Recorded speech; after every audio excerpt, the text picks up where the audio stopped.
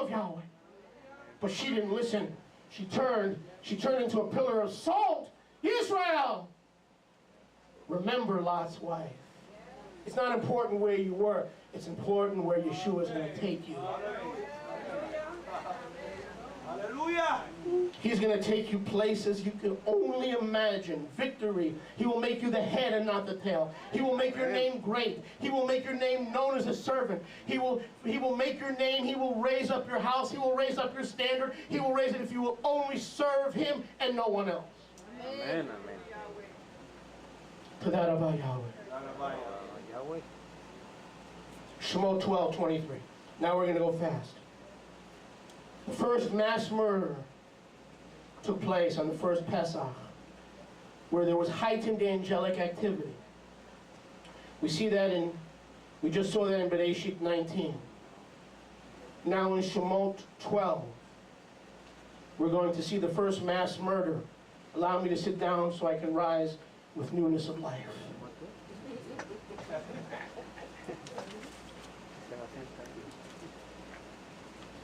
Shemot 12:23.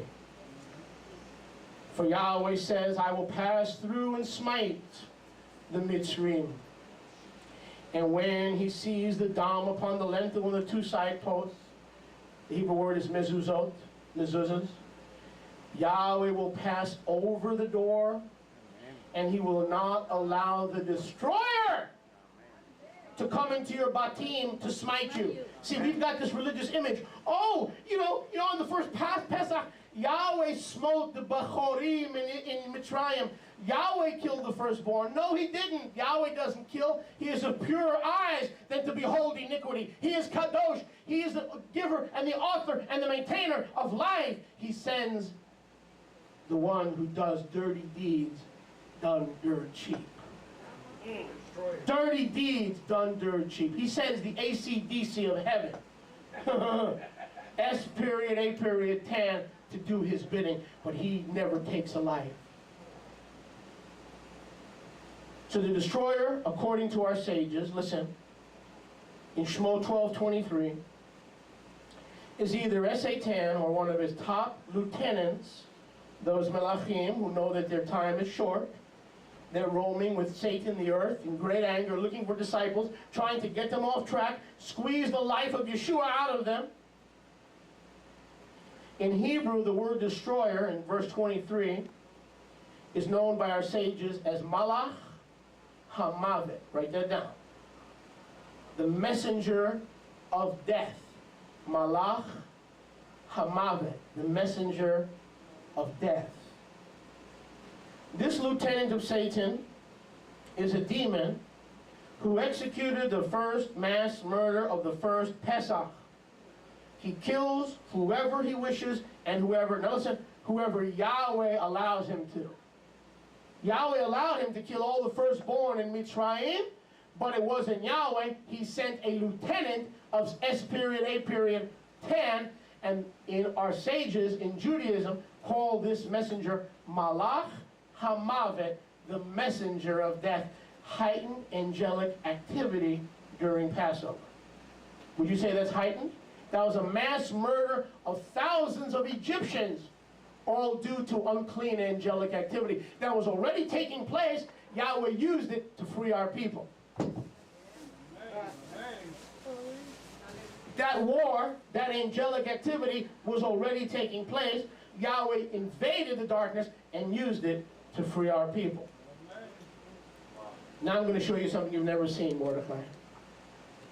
Is that okay, brother? Can I get you in on the wow factor? Okay, I'll get you in now. Yochanan, let's start with Matityahu 26. I'm talking about heightened angelic activity during the Passover season. Angelic wrestling, or worldwide angelic wrestling. Angelic WrestleMania. We know Vince McMahon's version takes place April 1st. Yahweh's comes to a climax April 2nd. But it's been going on for many months. And Yahweh will trump the devil.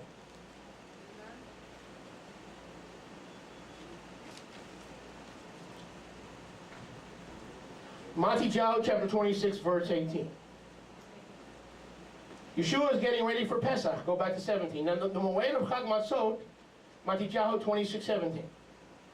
Before the Moed of Chag Matzot, the Talmidim came to Yeshua and said to him, Yeshua, where do you want us to prepare for you to eat the Pesach? And he said, go into the city to a man who will be a volunteer for the task. That comes from the Matthew Shem Tov, the Hebrew Matthew Shem Tov. Say to the man, the master said, my time is at hand. I will keep the Pesach at your bayit with my Talmidim. The Talmidim did as Yeshua had commanded. Now, go to Yochanan Moshe 14, a corresponding text. Yochanan Moshe 14, Margus 14 and 12. Heightened angelic activity around Pesach.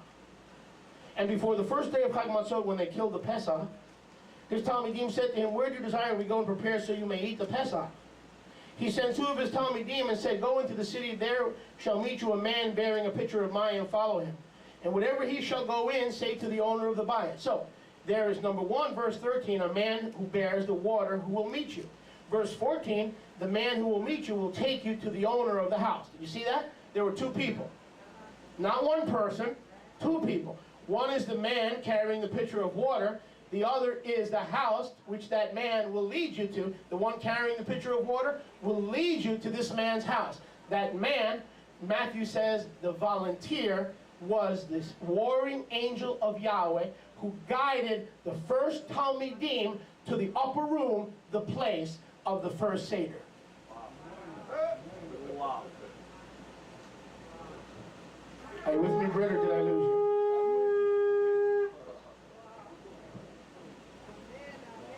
It's not just a guy who will show you a room. No, it's a volunteer man, angels often appear as men, for the task. He will guide you to a man who owns the upper room. There make ready for the Mashiach's memorial supper where the man is. But there'll be a man leading you to the man. Hallelujah! Hallelujah! Todah Rabah Yahweh! That messenger is volunteering to serve Yahweh, being a clean angel, leading the Talmidim to the upper room for Mashiach's memorial supper. Again, we see during Pesach, heightened angelic activity. The book of Ibrahim, Hebrews. That's why you've been under attack. There's this war in the heavenly realm. It's come down to the earthly realm, and we are caught up in this war and this pressure of clean versus unclean angels. And we feel the heat. We don't see the gunfire, but we feel the heat.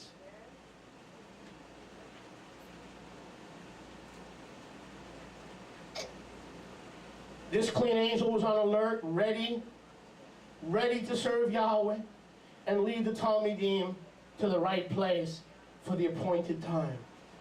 If Yeshua had not appointed that angel to lead the Talmidim to the upper room, Satan had an unclean angel to do 1,000,000 different tricks to stop the Talmidim from celebrating Pesach. And that was not just a Pesach, that was Mashiach's memorial supper where they broke the bread and drank the blood. They would not have been allowed to partake of the communion of that Mashiach memorial supper the night before Pesach. Yahweh had to send a clean messenger so that the unclean messengers would not prevent the Talmidim from entering into that joy. What has Satan done this year? So that you would not enter Monday. Oh, he can't stop you from being there because Yeshua wants you to be there, but he can sure try to steal the joy and the anticipation and the simcha that you enter that moed with. Ephraim 1:7 says this. And of the heavenly melachim, Yahweh says he makes his heavenly melachim ruachim, spirits, and his spirits avadim, servants, a flame of fire. You missed that. Verse 14. Are not all his angels serving spirits, serving ruachim, who sent forth to those who will be the heirs of salvation? How did the disciples get to the other room? He sent forth ministering spirits to those who would be the heirs of salvation, that Yeshua would die on the tree the next day. They were the heirs of salvation. And he sent his ministering spirits, the flaming fires of Melachim, to lead them to the right place. Because remember what I told you earlier? Passover is a very dangerous time, Ted. It's a time when Yahweh wants you to serve Him in the right place, according to the right way. And it's a time when the enemy will do everything in his power to destroy your life, your vision, your happiness, and your testimony. That's right. Now watch this. Look at Ivrim, Hebrews 1:7. Don't miss this. Yahweh makes His heavenly melachim, His angels, spirits, and His servants flames of fire, meaning holiness, power, righteousness. Yeshua said, tarry in Yerushalayim until you be endued with power, the promise of my Father from on high. For I will give you power over serpents, scorpions, and over all the power of the enemy. Luke 10:16. I will give you power to tread on serpents, scorpions, and because you're going to need all that power to tread on serpents, scorpions, and all the power of the enemy. The battle is won in heaven, and the battle is won on this earth by the death, burial, and resurrection of Yeshua. The question is, will you put yourself on the winning side, or will you disqualify yourself by succumbing to the time of darkness? This is not just the time of Yahweh's victory. It's the time of Satan's temporal victory when he put Yeshua on the tree. It is the season of darkness.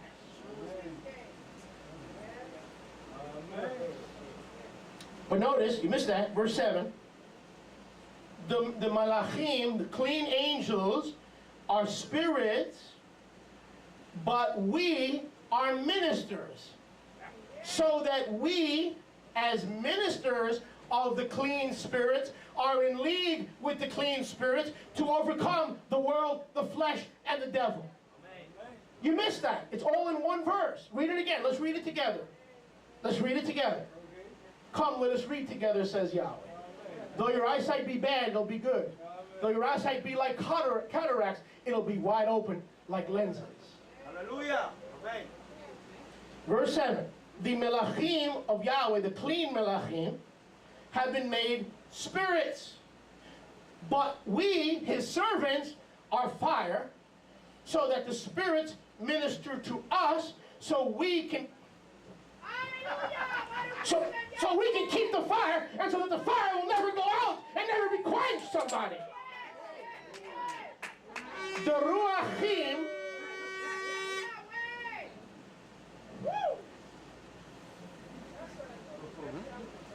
the ruachim are spirits, we are servants of Adim, and we are fire, but the wind of cleanliness keeps us on fire with a desire to overcome the tension, the pressure, and all these other things that this season brings. So we are on the same team. The ruachim and the ministers of flame. Raise your hand, please, if you consider yourself a minister of flame. On fire, hot, righteous, kadosh. Yahweh takes the ministers of flame and the ministering spirits and puts them on the same team. Give him praise in the house of Yahweh, for great and glorious and almighty and powerful is our King Yeshua.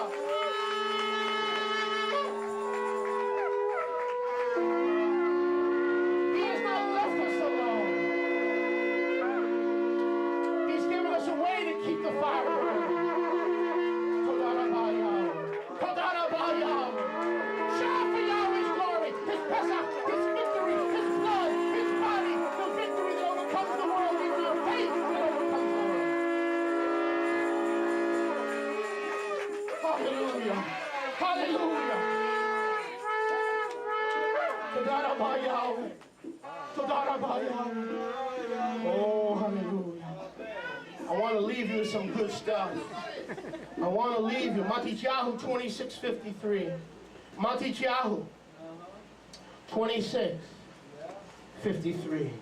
Yeshua's in the Garden of Oppression on the Mount of Olives in Gethsemane, the Mount of the Olive Press and the Skull.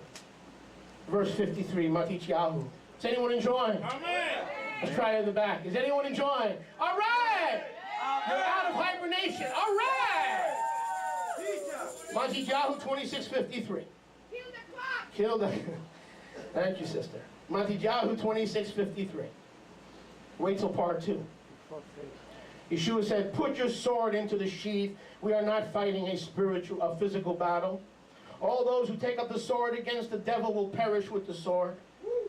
That doesn't mean you shouldn't have a weapon. It just means you think you're going to defeat the kingdom of darkness with carnal weapons. Didn't mean you can't protect your home. Verse 53. Do you not understand that I can meet my enemies? Plural. The enemies were not the Pharisees. The enemies were the unclean demons that were trying to kill him and keep him in the grave, because it was the time of the power of darkness. Passover is the time of the power of angelic darkness. Because Yahweh didn't kill the firstborn of Egypt. Melech Hamavet, the angel of death, killed the firstborn of Egypt. Todah Rabba Yahweh. Hallelujah. Matthew 26:53. Don't you understand, Israel, that Yeshua told us he could meet his enemies? Those are all the unclean demons that have been cast out of heaven, who know their time is short because they see more Israelites keeping Torah, more Israelites obeying Passover, more Israelites proclaiming Yeshua as king. He said, I can make tefillah to my Abba, and he will presently give me 12 legions. You're going to miss this. 12 legions of heavenly melachim. You know what that means? Listen, these angels were on heightened alert. They were on a heightened state of alert in case the Son of Yahweh decided to disobey the Father. They were going to protect him so he can come back and try again. But he couldn't come back and try again because he never disobeyed the Father. Now watch. Watch this. 12 legions of clean angels were on alert, ready for war in case they were needed for Yahweh's Son at Passover. If Yahweh's Son at Passover commanded them to manifest, they would have manifest, waiting for the command of the captain of Yahweh's hosts. They were there. It wasn't just, well, I can call 12 people. No, I can call. He wasn't trying to impress them or intimidate them. He was saying there are 12 right now. There's some serious Passover activity ready to destroy you and turn you upside your head. Yeah. If you just so much as touch me. But I'm not going to use that against my enemies. I'm going to use the Father's plan, the empty tomb, against my enemies. It had to be this way. It had to be this way, or else the scriptures could not have been fulfilled. He could have, but in order to summon 12 legions, those 12 legions had to be on a heightened state of alert. That's all I'm trying to tell you. A lot of these problems in the last 2 months, 3 months, is the prelude, the concurrence, and the epilogue of the Passover season. Come on. All the oppression and all these things in our lives started a couple of months ago, and they continue.